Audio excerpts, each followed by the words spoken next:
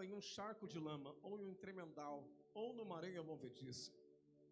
É tão difícil. Jeremias cai em um poço, aonde infelizmente, sabe o que ocorre com Jeremias? Ele fica impossibilitado de se movimentar. E eu quero trazer uma mensagem que vai mexer com a sua fé, que vai te encorajar, e você vai entender o propósito que Deus tem também comigo e com você. Abra sua Bíblia no livro do profeta maior Jeremias, capítulo de número 38, no verso de número 6 a 13. Quero engrandecer ao Senhor pela sua vida.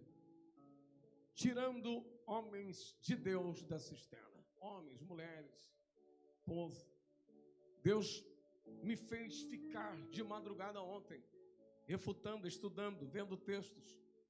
E Deus, de novo, fez essa passagem ser abrilhantada em meu coração por revelação divina. E Deus disse: é necessário que se tenha uma geração que se preocupe com homens e mulheres de Deus. Nós estamos vindo a caminho desta casa de oração. E quantos seletos homens de Deus descansaram no Senhor, aprove Deus, não só pelo Covid-19, mas por vontade permissiva de Deus. Mas vejamos por outro lado, Deus também dizendo que o fim está se aproximando, porque pastores simbolizam vozes proféticas na terra. Deus está sacudindo o seu povo, está olhando para nós dizendo: mantenha-se a chama acesa. Jeremias foi um profeta que o seu nome tem a origem no original, que significa Deus o estabelece. Ele pega uma época de rebeldia onde as pessoas, presbítero Eduardo, não queriam ouvir a verdade. E infelizmente, por falarmos a verdade, fazermos a vontade de Deus, nós vamos desagradar alguns. Mas eu tenho uma palavra para você: continue proclamando a verdade, porque ela liberta, faz milagres e realiza milagres. Olha o que nos diz o texto. Vamos ler aqui, você que está me acompanhando em casa, nos acompanha aqui na palavra do Senhor. Tomaram então a Jeremias e o lançaram na cisterna de Malquias, filho do rei, que estava no átrio da guarda, e desceram a Jeremias com cordas. Na cisterna não havia água, senão lama. Preste atenção, na cisterna não havia água, senão lama. Ele cai na pior cisterna, porque estava estagnado, não podia se movimentar. E Jeremias se atolou na lama. Quantos homens e mulheres de Deus estão atolados no meio da lama? Eu venho nesta noite como profeta e porta-voz dos céus dizer que chegou o tempo de tirar muitos da lama. Quem crê, dá um glória para ele. Verso de número 7. Ouviu Ebed-Meleque, o etíope, eunuco que estava na casa do rei, que tinham metido a Jeremias na cisterna. Ora, estando o rei assentado à porta de Benjamim. Verso de número 8. Saiu Ebed-Meleque da casa do rei e lhe falou: ó rei meu, agiram mal estes homens em tudo quanto fizeram ao profeta Jeremias, que lançaram na cisterna, no lugar onde se acha, morrerá de fome, pois já não há pão na cidade. Verso 10. Então deu ordem o rei a Ebed-Meleque, o etíope, dizendo: toma contigo daqui 30 homens e tira da cisterna o profeta Jeremias antes que morra. Vamos até o 13, verso 11. Tomou Ebed-Meleque os homens consigo e foi à casa do rei, e por debaixo da tesouraria tomou dali umas roupas usadas e trapos, e desceu a Jeremias na cisterna por meio de cordas. Disse Ebed-Meleque, o etíope, a Jeremias: põe agora estas roupas usadas e este trapos nas axilas, calçando as cordas. E Jeremias o fez. Puxaram a Jeremias com as cordas e o tiraram da cisterna, e Jeremias ficou no átrio da guarda. Senhor Deus, Criador dos céus e da terra, Serei fiel à tua palavra sempre. O Senhor falou comigo há alguns dias e eu estava refutando, Senhor, ouvindo a tua voz. E o Senhor disse que em meio ao caos é tempo de uma geração de Ebed-Meleque tirar, Senhor, homens e mulheres de Deus que estão numa cisterna dentro de uma lama. Senhor, fala aos corações, liberta o cativo, encoraja, Senhor, aquele que está em desespero, traz a cura e a fortaleza de Deus, porque somos a geração que temos nas nossas mãos roupas e cordas para tirarmos e resgatarmos pessoas, em nome de Jesus.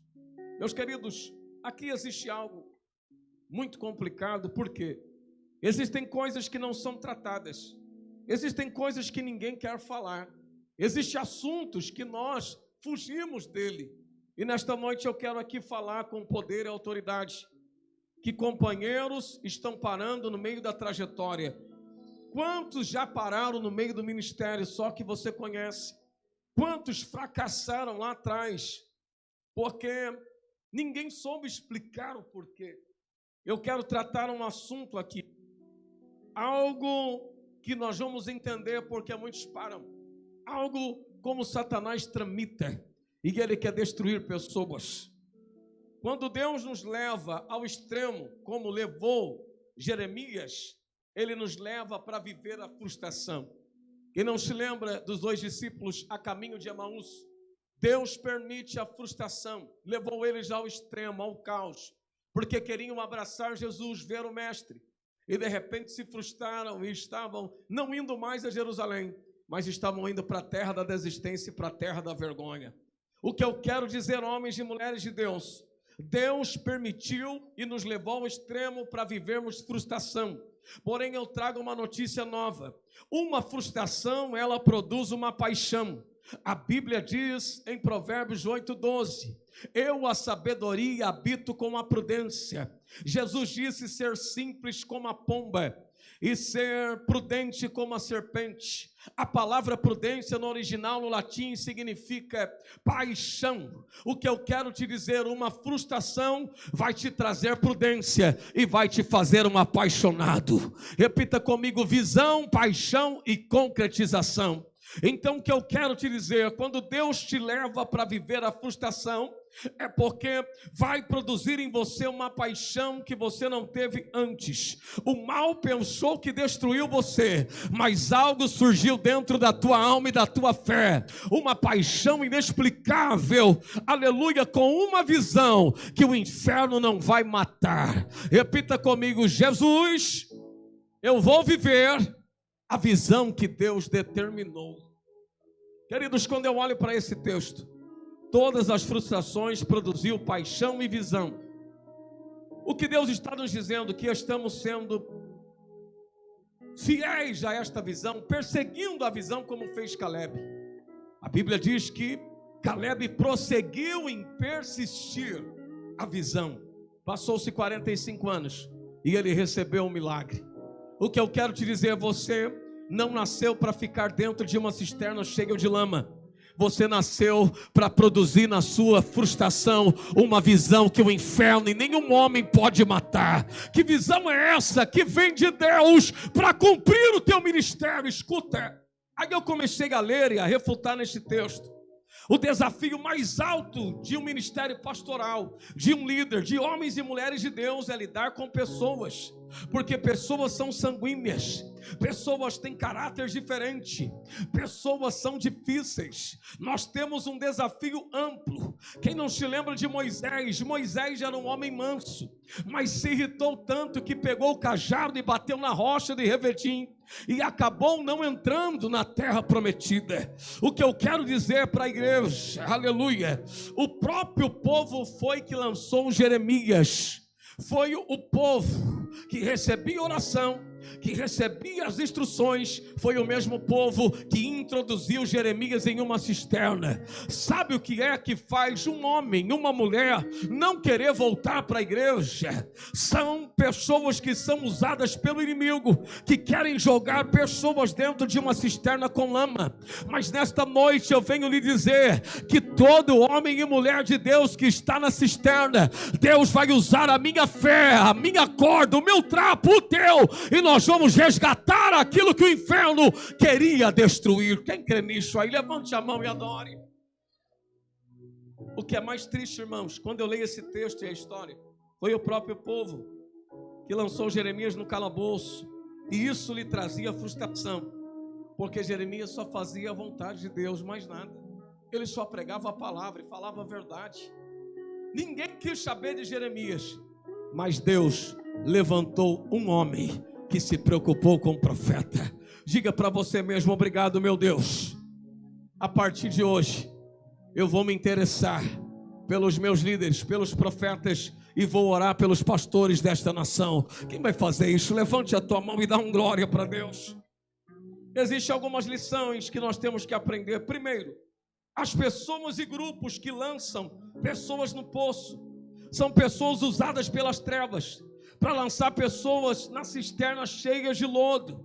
Comentários desagradáveis, brincadeiras humilhantes. A cisterna é muito escura, também é solitária, e perdemos o norte da dimensão das promessas de Deus. E também, quando caímos dentro da cisterna, temos carência do necessário. Sabe por que não temos palavra, não recebemos alimento?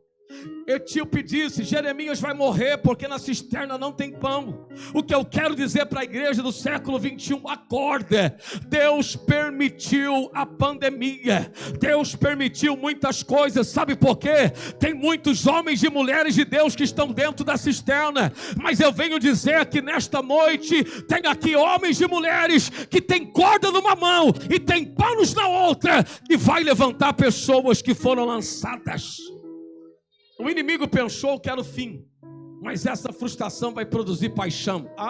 Eu vou profetizar. Levanta a sua mão e diga: obrigado, Jesus. Quanto mais Satanás bate em mim, mais sangue da justiça e da redenção jorra. Quanto mais ele me ataca, mais Deus me acelera para a promessa. Quem está aí, faz barulho e glorifica Ele. Deus não nos chamou para matarmos, Deus nos chamou para dar vida. Há um erro muito grande que tem que ser reparado. Pastor, o que o Senhor está dizendo? A cisterna é muito escura, ela é solitária, perdemos o norte, temos carência do necessário, do que da palavra, não tem alimento, e na cisterna há um espírito de desânimo. Quantas pessoas, em meio a esta pandemia, estão na cisterna cheio de lodo, desanimadas, pensando que tudo acabou. Mas há uma geração aqui que eu estou falando dentro do templo e que está me vendo pelas redes sociais, que vai ser usada para se preocupar com homens e mulheres de Deus, para interceder pela família pastoral. Quem está aí e está orando pelos pastores da nossa cidade, do nosso estado São Paulo, do Brasil e das nações? Já perceberam que é difícil ter intercessores para famílias pastorais? Segundo, a pior cisterna era que tinha lodo, que ele fica imobilizado, sem movimentos. Sabe por que tinha lodo? Representa o lodo da murmuração, representa o lodo das críticas, representa o lodo da calúnia, da difamação, da traição, lodo de falta de respeito. É o que lançou Jeremias lá em uma cisterna. Pastor, o senhor está pregando para pastores? Sim, estou pregando para pastores e pastoras que já são e aqueles que estão nascendo aqui nesta casa. Você pode levantar a sua mão e dar uma glória para ele? Ai, pastor, não quero ser pastor não, também não queria. Não é nós que queremos, é Deus quem faz. Tem alguém que pode dar uma glória a Deus? Eu quero trazer um dado aqui só para te informar. Você viu quantos pastores se mataram? Quantos pastores estão em depressão? Eu fui buscar tudo isso. Não perdi um pouco de tempo, não, ganhei. Porque quando buscamos dados que edificam, não perdemos, ganhamos. 97% dos pastores têm sido traídos por alguém de confiança. 97%. 50% dos matrimônios dos pastores terminam por pressão ministerial. O casal se quebra, se separa por pressão. 70% dos pastores batalham com a depressão ministerial. Esse número eu fiquei assustado. Você quer ouvir? Até mesmo o suicídio. Lá nos Estados Unidos, que é um país modelo do evangelho, 7.000 igrejas fecham por ano por falta de pastores. Só para os irmãos entenderem a seriedade. Como o mal está lutando e a igreja não está percebendo, estamos achando normal. Aí Deus me fez ver esse texto e Deus disse: não, levante uma geração de etíope, que vai retirar homens e mulheres que ninguém acreditava mais que teria vida. Aí eu fui buscar mais. 80% dos pastores se sentem desanimados e lutam com a instabilidade do futuro e da economia da sua casa. 78% dos pastores trabalham de 75 horas a 80 horas semanais. Faço uma introspectiva. Por que Deus me incomodou? Porque hoje, infelizmente, tem um princípio que Satanás está quebrando e está destruindo famílias e pessoas. Quebra de paternidade. Repita comigo: sem paternidade eu não tenho os céus abertos. Abraão, sendo patriarca, sendo homem de Deus, procurou Melquisedeque. Melquisedeque recebeu ele com pão e vinho, e ele disse: bendito seja o Deus de Abraão, possuidor dos céus e da terra. Mas hoje estamos em uma geração que não precisa de pastores, que desce do monte ungido e não precisa de ninguém, porque Deus revela. Porque Deus disse ao anjo da igreja: escreve. Deus me falou tantas coisas de madrugada. Falei: Jesus, tem misericórdia, mas eu vou pregar isso. Deus disse: pregue, filho, porque o Brasil vai ser uma nação que vai honrar os seus profetas. Quem crê nisso aí, levanta a tua mão e dá uma glória para ele. 95% da família dos pastores sentem pressão. Quer ouvir isso? E 95% dos filhos não querem ser pastores. Me pergunte por quê? Pela pressão do próprio povo. Ah, você é filho de pastor, tem que ser exemplo. Filho já cresce com a pressão e não quer o altar, não quer Deus, porque está sendo pressionado. Ei, ministério não é por força, é vocação e é dado por Deus. Tem alguém aí? Levanta a sua mão e dá uma glória para ele. O que Deus deu é desde o nascimento. Aí eu vejo os filhos dos pastores, né? Eu tenho meu filho em casa, o Lucas. Tem hora que ele olha para mim: pai, eu quero ser pastor, mas não sei não. É tanta paulada, pai. É tão difícil, pai. Falei: aproveita aí que você é jovem, né? Está se formando. O que Deus tem para você, Ele tem. Só tenha temor, filho. Não se aparte de Deus por nada. Eu não posso forçar, difundir. Eu tenho que inculcar. Inculcar é o quê? Colocar a palavra dentro dos filhos. Ensina a criança no caminho que deve andar. Quando chegar aos pratos, ela não vai desviar, não. Ela vai estar calcada na palavra. Mas quando eu vi isso, eu me entristeci. Porque quando eu era criança, eu não tinha um pai pastor e eu queria ser pastor. Você acredita? Estava dentro de mim, eu sonhava em pregar. Ganhar almas, pegava os primos assim, derrubava na força, empurrava a cabeça e não caía, dava, né, um tapinha por trás. Saía derrubando meus primos, minhas tias contas, porque tinha um sonho. Hoje é difícil ter esse sonho, irmão. Ninguém quer mais ser pastor. E as nações estão clamando: igreja, tire homens e mulheres de Deus da cisterna. Seja uma geração que honra, porque quando você honra, os céus para você é aberto e o mal não toca em você. Espera aí que nós vamos chegar nesse ponto. Você pensa que Abimeleque, o etíope, só honrou e Deus não fez nada? Tranquilo, nós já vamos chegar aí. Os pastores e as suas famílias, sabe o que Deus mostrou através de Jeremias? Desculpe, irmãos, fiquei emotivo, porque não tive um pai pastor, mas hoje sou um pastor. E creio que Deus vai fazer na vida do meu filho. Quem crê, dá um glória a Deus. Sabe o que Deus mostrou, presbítero Henrique? Para Abimeleque? que Jeremias e a família pastoral são peças-chave para Deus realizar a vontade de Deus na sua vida e desatar o ministério profético que Ele tem para a sua casa. Levante a sua mão e diga: obrigado, Deus, pela vida dos meus pastores, porque são famílias-chave de Deus para desatar o que Deus determinou na minha vida. Quer um exemplo? Vou te dar um exemplo. 1 Samuel, só me ouça.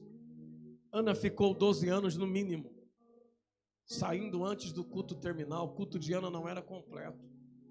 Mas quando Ana pela primeira vez conversou com o sacerdote, ele olha para ela e diz: mulher, você está embriagada? Não, meu senhor, eu estou atribulada de espírito. Ele disse: vá em paz, porque o Deus de Israel ouviu a sua petição. Passou longos anos sem falar com o sacerdote. Quando falou, recebeu Samuel. O que eu quero dizer para a igreja: quando Moisés estava cansado, o que acontecia? Levanta minha mão aqui, Ana, corre aqui, parece aqui, vem cá, Mateus, está mais livre.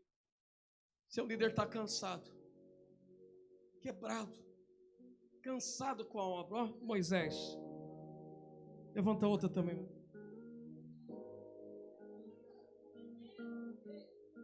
Enquanto os filhos levantar a mão dos pais, a bênção do Senhor repousará sobre a tua casa. Quem está entendendo aí, levante a sua mão e diga: a minha mão vai servir para levantar muitos homens de Deus, porque o que está neles vai estar em mim amanhã. Aleluia. Josué recebeu o que estava em Moisés. Quantas vezes nós vemos já: eu quero ser usado como ele, mas não quer levantar as mãos dele. Eu quero pregar como ela, mas não quer levantar as mãos dela. Jesus hoje está te dizendo: sirva como o povo que levantou a mão de Moisés. Porque enquanto Moisés estava com a mão levantada, Israel prevalecia. Levante a sua mão e diga: quando eu estiver cansado, alguém vai levantar as minhas mãos.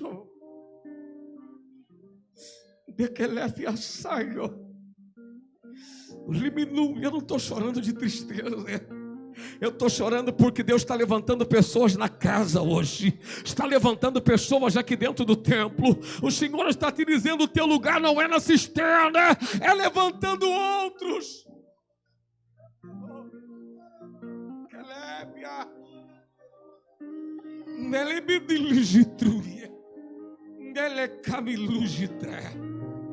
Quando Moisés estava cansado, o povo tinha que manter as mãos de Moisés levantadas. Mas Deus levantou um homem chamado Ebed-Meleque, o etíope, para salvar um propósito de Deus. Olha a seriedade. Levanta suas mãos e diga: Senhor, eu me deixarei ser levantado por ti para salvar propósitos em Brás Cubas, no Jardim Araci, no Jardim Esperança, na Vila Creu, em Varinhas, aleluia, em César de Souza, em São Paulo, no Brasil e até os confins da terra. Eu me deixarei ser levantado e eu vou me preocupar com a família pastoral. Talvez você nunca ouviu uma mensagem dessa. Eu disse para Deus: eu serei fiel, Jesus. É difícil pregar, mas eu serei fiel que o Senhor me mandou. Sabe o que aconteceu? Deus levantou esse Ebed-Meleque, o etíope, para salvar um propósito. Deus tem uma geração preparada para salvar profetas, para salvar irmãos e irmãs. Quando Deus quer executar o seu propósito, Ele usa alguém. Eu vou repetir essa frase, você vai levantar sua mão depois. Quando Deus quer salvar um propósito, Ele usa alguém. Deus não te colocou naquele trabalho só para você ganhar um dinheirinho e ser abençoado. Te colocou porque tem um propósito. Deixa Deus usar você para salvar alguém. Eu me lembro quando eu fui uma certa vez no hospital com a pastora, minha esposa. Ela teve reações de dores, fez todos os exames e não tinha nada. Estava bem. E quando terminou, graças a Deus, não tinha nada. Falei: falei, Jesus, por que eu trouxe minha esposa? De repente entra um homem de Deus e diz, pastor, Deus enviou o senhor aqui, o senhor é um anjo. Minha filha contraiu meningite, daquela que mata, me esqueci o nome, a viral. Aí eu disse, onde está sua filha? Pastor, estão fazendo baterias de exames. E disse que o negócio é sério. Eu disse, eu quero ver ela, é possível? Ele pegou na minha mão e foi. Só que pela minha inocência, eu não coloquei nem luva e nem máscara. Entrei naquela sala, peguei na mão daquela menina linda, com os olhos claros, e disse, filhinha, você crê? Ela disse, pastor, eu acredito no milagre. Eu fiz uma oração e disse, hoje, doutor Jesus entrou aqui comigo, e você foi curada. Deus troca todos os seus órgãos.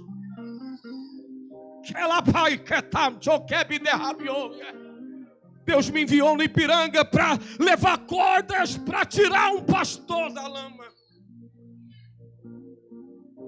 Aí ele me liga, passa-se um dia. Ele diz, pastor. Eu disse, o que foi? Ele disse, reviraram minha filha. Repetiram os exames por 2 vezes. Compararam o primeiro com o segundo com o terceiro, e disseram, é impossível, não é a mesma menina. Ele levantou os exames e disse, eu já sei o que aconteceu. Doutor Jesus veio aqui, fez milagre. Será que tem corda na tua mão e na outra tem panos? Só quem tem, diga, Jesus, eu vou deixar ser usado por ti.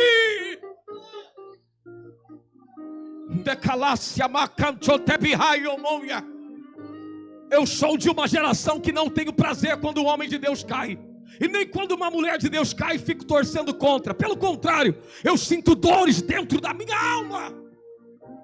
Porque quem sofre é a igreja, é o corpo, e não é individual. Sabe por que Deus mexeu e permitiu em muitas coisas? Para a igreja voltar ao primeiro amor. Para retirar homens e mulheres da cisterna de verdade.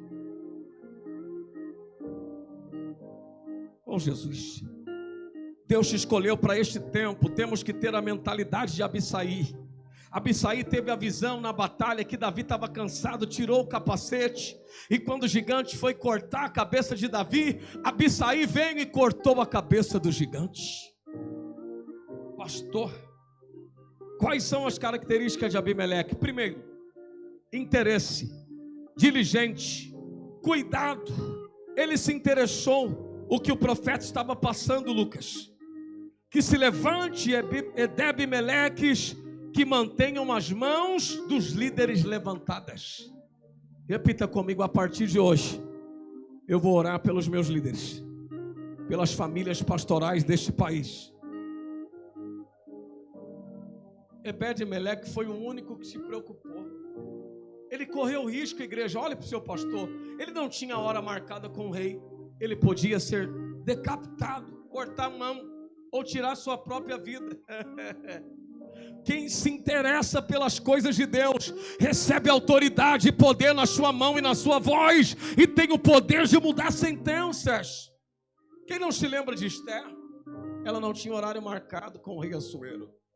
Ela corria risco, mas quando Esther chegou, o rei disse, fala filho, o que você quer? Até a metade do reino eu te darei. Segunda característica de Ebed-meleque, intercessão, advogar. Ele lutou sem protocolos. Ele tinha cargo, irmãos? Não. Ele era Ebed-meleque, o etíope. Não tinha uma divisa, um cargo. Mas ele foi até o rei e disse, olha, o que vocês fizeram com o profeta foi errado. Escuta isso. Ele se meteu no palácio, intercedeu pelo profeta. E aqui eu vejo intercessão em 2 níveis. A Bíblia diz que ele foi buscar 30 homens. Olhe para o pastor, levanta a sua mão. Sabe qual é o erro da nossa geração? Deus manda fazer algo e nós queremos pegar pessoas que estão contra. Eu vou pegar aqui, vou misturar um pouquinho para o grupo ficar bom, para ter os pós e os contras. Levanta a mão. Deus está mandando você selecionar aqueles que estão dentro da visão. Ele foi buscar 30 homens que amavam o profeta Jeremias. Ele foi buscar quantos homens? 30 que amavam o profeta. Não tenta que falar, Deus tratou, está lá, mereceu. Tem, né, irmão? Tem ou não tem? Muitos. Mas ele selecionou, ele tinha uma intercessão apurada. Levantou 30 homens que oravam pelo profeta Jeremias. Sabe o que eu estou dizendo? Tem homens e mulheres que oram pela tua casa. Você não vai cair, você vai subir para a glória de Deus. Sabe o que aconteceu? Segundo, ele estava com pessoas corretas. Ele se atreveu a orar pela família dos homens de Deus. Repita comigo, o segundo nível de intercessão, que além de estar com pessoas corretas, eu vou me atrever a orar pelos meus líderes. Mas você nunca ouviu esta mensagem, estou dizendo. Deus falou comigo, eu disse, serei fiel. Terceira característica de Ebed-Meleque, repita comigo, sucessão. O rei disse, arrume 30 homens para resgatar. E ele não buscou um grupo que estava contra, buscou 30 homens que amavam o profeta. Não te associe com pessoas que não amam a visão que Deus te deu. Oh, a igreja está aí? Não se ajunte, não se associe com pessoas que não amam a visão. Sabe por quê? Vão querer nos tirar da visão que Deus deu e nos entregou. Eu confesso para a igreja que, como pastor desta casa de oração, minha esposa sabe quantos ataques o inimigo não fez e não quis armar para me tirar. Mas quando entendemos o que Deus tem, irmãos, operando Deus, quem impedirá? Sabe o que Deus está dizendo? Estou buscando amigos, gente que nos ajude no propósito. Levante a sua mão e diga, Jesus, eu estou buscando amigos que me ajudem no mesmo propósito e na mesma fé. Se levantou um grupo, meu Deus, quem não se lembra de Datã, Coré e Abiram? Olha o que Deus me disse de madrugada. Se grupos são levantados para dividir igrejas, por que não também grupos são levantados para orar pelos sacerdotes? A igreja está aí? Estão presentes aí, estão assustados com o pastor, né? Quarto, planejamento. Temos que projetar, criar um plano sistemático de apoio às famílias de líderes para remover as cargas na vida do pastor, sim ou não? Eu não estou aqui, irmãos, dando desculpa, entendo, eu estou pregando para os líderes do Brasil e das nações, e também faço parte.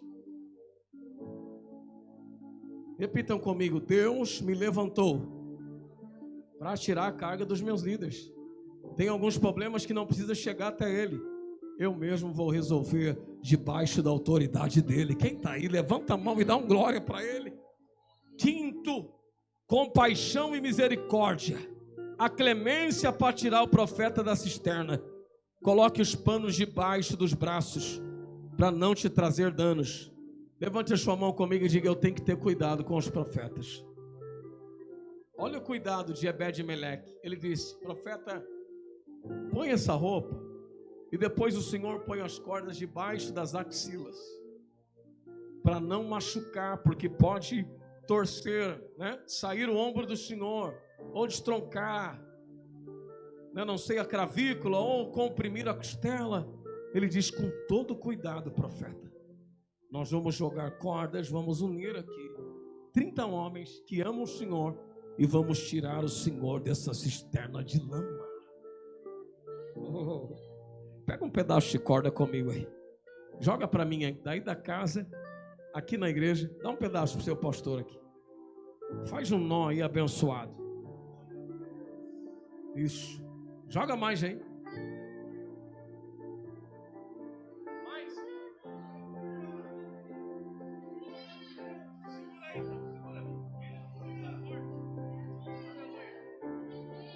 Sabe o que Deus está dizendo? A corda nunca vai parar, porque enquanto tiver pessoas lá, Deus vai te usar para resgatar alguém abençoado. Seja sensível e se comprometa. Pastor de Deus. Sabe o que Deus está nos dizendo? Temos que ter cuidados. Sabe por quê? Porque quando temos cuidado com o profeta, você está dizendo para Deus, eu me identifico com ele. A igreja ouviu o pastor? Eu me identifico com ele. 6. Determinação, a firmeza para terminar o que se começou. Não fazendo por emoção. Sabe por quê? A emoção dura apenas por alguns dias. A emoção passa. Faz assim, ó. Mas quando você faz as coisas de Deus com propósito, você vai tirar muitas pessoas da cisterna. Eu vou te fazer uma pergunta. Quantas pessoas que você conhece parou no meio do caminho? Não precisa me responder. Quantos amigos que eu tinha pararam? Porque foram lançados na cisterna. Eu não estou dando desculpas de erros e algumas coisas, não, pelo contrário. Jesus disse que todos pecaram e carecem da glória de Deus. Todos necessitam. Suas ações vão criar o seu futuro. Repita isso comigo, diga: as minhas ações vão criar o meu futuro. Se eu fizer o que Deus me pede e honrar a Deus e os seus ungidos, as minhas ações vão criar o meu futuro. Você quer saber o que Deus falou para Jeremias? Jeremias 39, do versículo 15 a 18. Eu disse para os irmãos que Jeremias ia ouvir a voz de Deus. Mas Jeremias, ele ia ser usado para falar com quem? Ebed-Meleque, o etíope. Vamos ver o que Deus falou com ele? Ora, tinha vindo a Jeremias a palavra do Senhor, e estando ele ainda encerrado no átrio da guarda, dizendo: vai e fala a Ebed-Meleque, o etíope, dizendo: assim diz o Senhor dos exércitos. Abra sua mão. Você que ama a obra, que ama os seus pastores, que ama os seus líderes, abra sua mão. Assim diz o Senhor Deus de Israel: eis que eu trarei as minhas palavras sobre esta cidade, para mal e não para bem se cumprirão diante de ti naquele dia. A ti, porém, levanta a mão, a ti, porém, eu livrarei naquele dia, diz o Senhor, e não serás entregue na mão dos homens, perante cuja face temes. 18. Porque certamente te salvareis, e não cairás a espada. Quem está aí? Levante a sua mão e diga: não cairemos a espada. Olha o que ele termina dizendo: mas a tua alma terás por despojo, porquanto confiaste em mim, diz o Senhor. Pastor, o que Deus falou para Ebed-Meleque, o etíope? Que ele confiou no ministério de Jeremias. Eu te faço uma pergunta: você confia no ministério que Deus estabeleceu no seu líder? Eu vou fazer de novo a pergunta: você confia no ministério que Deus levantou os seus líderes? Então se prepare para ouvir de Deus: você confiou em mim, eu cuidarei de ti agora. Só quem está aí, levanta a mão para o céu e dá glória. Tem uma diferença, irmãos. Deus envia uma mensagem a Ebed-Meleque, o etíope, e o próprio Deus usou o profeta para trazer a palavra a Ebed-Meleque. Sabe o que Deus está nos dizendo? Ser fiel no pouco, e sobre o muito te colocarei. Vou repetir para a igreja: ser fiel no pouco, sobre o muito te colocarei. A fé não se expressa em palavras, mas sim em ações. Sabe o que Deus disse para nós? O que Ele disse para Ebed-Meleque, o etíope, está dizendo para você: te farei testemunho de que toda palavra se cumprirá no ministério, naquela família, na vida do líder. Quem crê aí? Levanta a sua mão e diga: Deus me fez uma fiel testemunha para ver todas as promessas serem cumpridas na sua vida. Desta casa já tem missionários em Minas, na Bahia, vai ter em Resende, tem Areia, São José do Barreiros, vai ter, meu pai, lá no Ceará, vai ter fora deste país, vai ter do norte ao sul. Sabe por quê? É visão entregue por Deus. Pastor, mas será que eu vou estar vivo para ver tudo isso? Vai. Não só vivo, mas como vai ser um dos obreiros. Vou repetir, ninguém deu glória, né? Está fugindo, né? Como será um dos porta-vozes? Segundo, te livrarei, te preservarei. Oh Jesus, Caleb e Josué, sabe o que eles fizeram? Tentaram tocar nos dois, irmãos, mas a glória do Senhor tomou eles, presbítero Henrique. E quando a glória toma, Deus livra. Quem não se lembra de Sadraque, Mesaque e Abednego? Todos se prostraram, só os 3 homens não. A glória de Deus tomou os 3.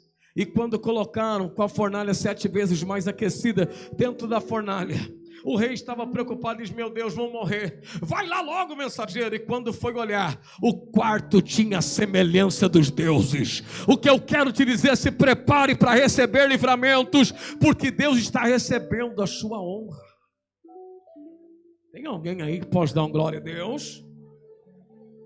Terceiro, Deus está dizendo: não vai fracassar, não vai cair em espada, e será uma geração de bênção. Quem acredita que a nossa geração, os nossos filhos, não vai passar o que nós passamos aí? Levante as suas mãos. Não, levanta.